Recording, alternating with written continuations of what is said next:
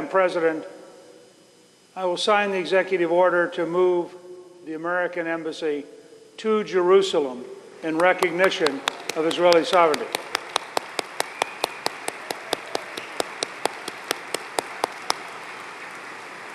On that first day, I will initiate an American energy policy to produce enough American energy that no future president will ever again bow to a Saudi king.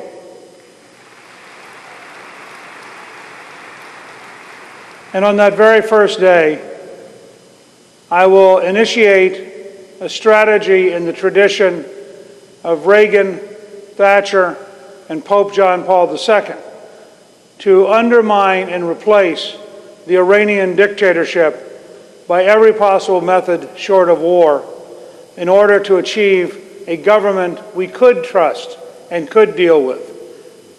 At the same time, I would provide all available intelligence to the Israeli government, ensure that they had the equipment necessary, and reassure them that if an Israeli prime minister decides that he has to avoid the threat of a second Holocaust through preemptive measures, that I would require no advance notice to understand why I would support the right of Israel to survive in a dangerous world.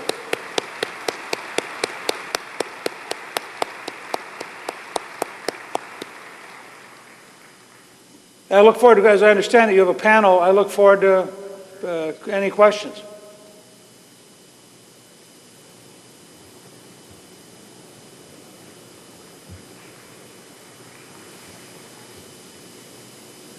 Mr. Speaker, there is not a panel. Please do continue, sir. All right, let me just say, I can say this pretty briefly, I think. We need a fundamental reassessment of our entire understanding of the threat of radical Islam.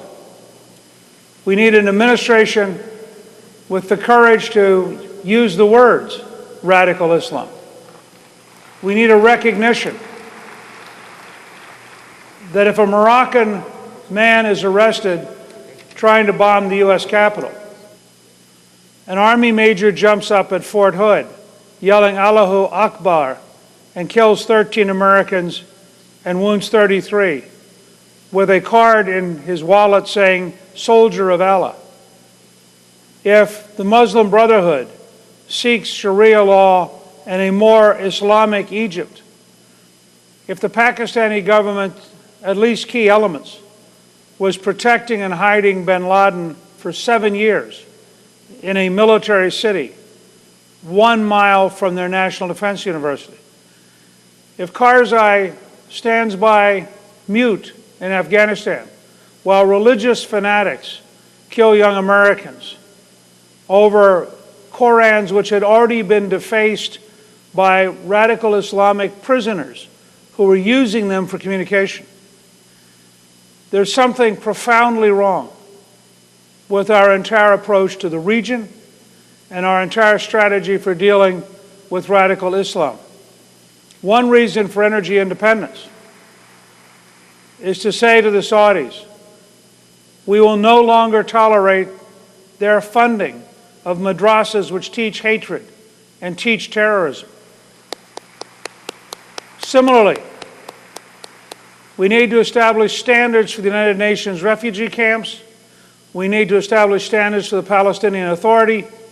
We need to be clear that the teaching of hatred, the recruiting of martyrs, the anticipation that children will grow up to be killers are not patterns compatible with a peace process, and we will not tolerate engaging in a process with people who engage in those behaviors.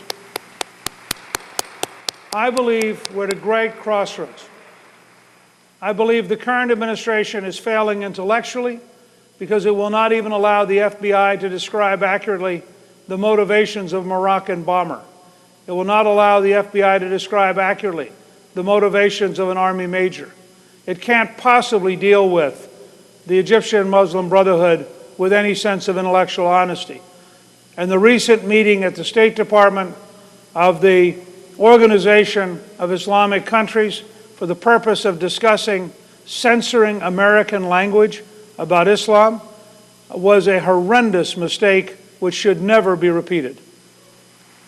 I just want you to know I am committed to reforming the State Department. I am committed to reforming the United Nations. I will follow an American foreign policy seeking American strength to ensure that we can stand with our friends around the world.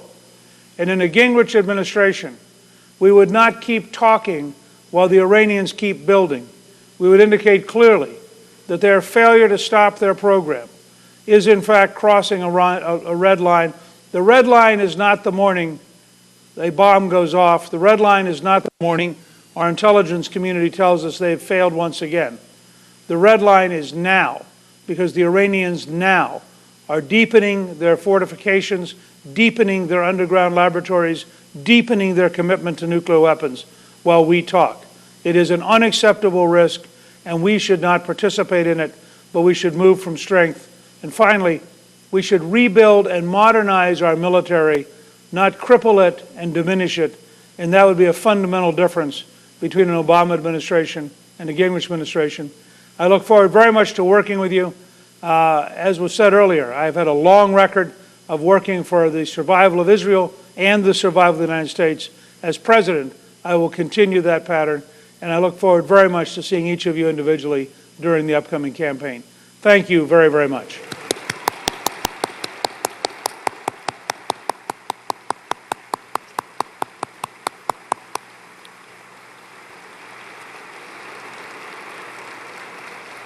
Mr. Speaker, we do in fact have time for a question or two, and I'd like to start by posing this one.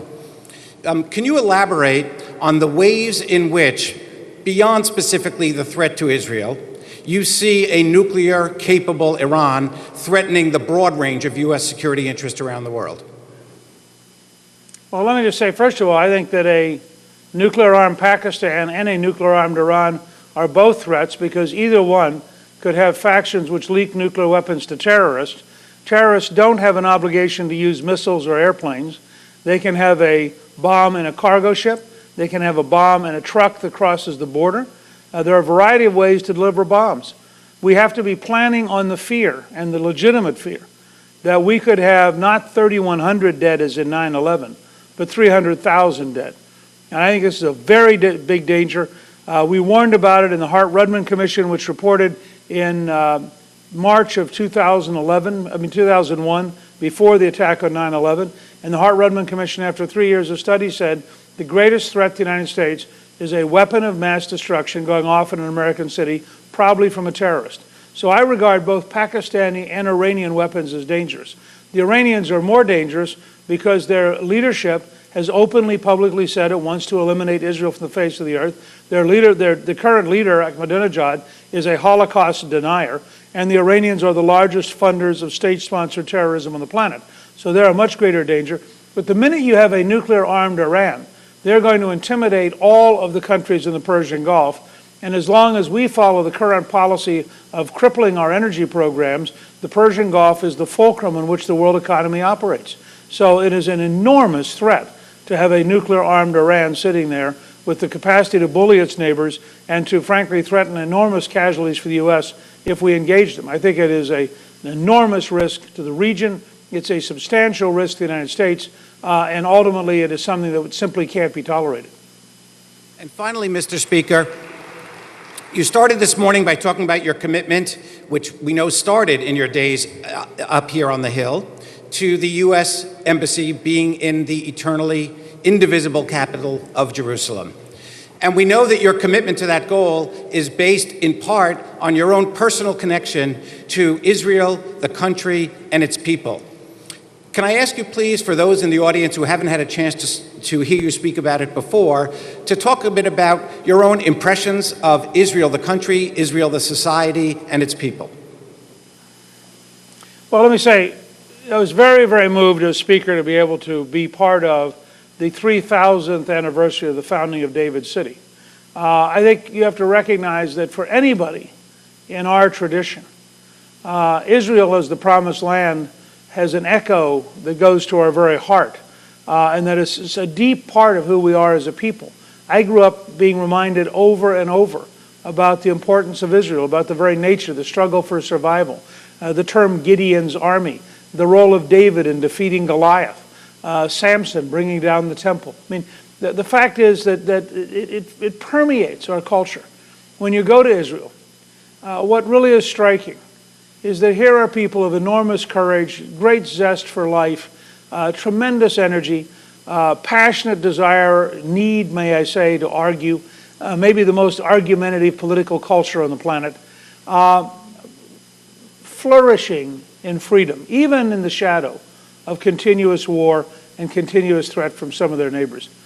I think there's a joy to being in Israel, to seeing the nightlife, to talking to the scientists, to going out and visiting the farmers, to understanding that the courage that grew the country starting in the 1940s is a courage that is still there.